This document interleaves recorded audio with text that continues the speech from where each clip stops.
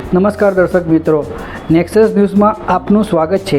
સભ્ય સમાજને લજવતો એક કિસ્સો આજે અમદાવાદના સિલેજમાં સામે આવ્યો છે। સગા ભત્રીજા એના ફુવાની હત્યા કરી। તો આવો શું છે આખો સમગ્ર મામલો તે વિસ્તારથી સમજીએ। અમદાવાદના સિલેજ વિસ્તારમાં આવેલ અવની સાઇટમાં પૈસાની લાલચમાં થયેલી હત્યાના કેસમાં પોલીસે ગણતરીના કલાકોમાં જ આરોપીની ધરપકડ કરી છે। ફુવા મનીષ ચોકસીની હત્યા કરીને 2,06,000 રૂપિયા લઈને ફરાર થયેલા ભત્રીજા વ્રજ સોનીને બોપલ પોલીસે રાજસ્થાનના ઉદયપુરથી ઝડપી પાડ્યો છે। જોકે મનીષ ચોકસીના પરિવારનું માનવું છે કે કુલ 5 લાખ રૂપિયા હતા। પોલીસ દ્વારા તપાસ કરવામાં આવી રહી છે કે ખરેખર કેટલા રૂપિયા હતા। 12મીના રોજ સવારે મનીષ ચોકસી લોહીલુહાણ હાલતમાં મૃતદેહ મળી આવતા સમગ્ર વિસ્તારમાં ચકચાર મચી ગઈ હતી। સીસીટીવી ફૂટેજ અને ટેકનિકલ સર્વેલન્સના આધારે પોલીસે આરોપી સુધી પહોંચવામાં સફળતા મેળવી છે અને હાલ આરોપીને અમદાવાદ લઈ આવી તેની પૂછપરછ કરવામાં આવી રહી છે।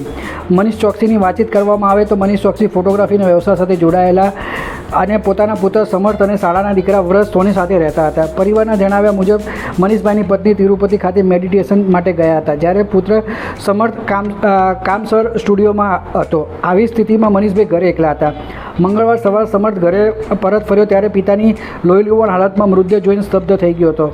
ઘટનાની જાણ થતાં જ બોપલ પોલીસ, FSL અને ડોગ સ્ક્વોડની ટીમ ઘટના સ્થળે પહોંચી તપાસ શરૂ કરી।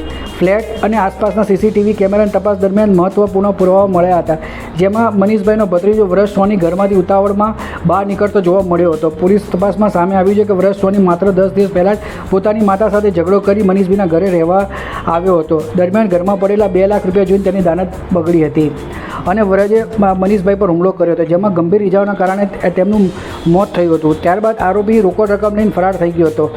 ઘટનાની ગંભીરતાને ધ્યાનમાં રાખીને પોલીસે અલગ અલગ ટીમો બનાવી અને આરોપીની શોધખોળ કરી હતી। તો આરોપી વ્રજ સોની રાજસ્થાનના ઉદયપુરથી તેને ઝડપી લેવામાં આવ્યો છે। દર્શક મિત્રો, આવા સમાચાર જોવા માટે આપ અમારી ચેનલને લાઇક કરો, શેર કરો, સબસ્ક્રાઈબ કરો।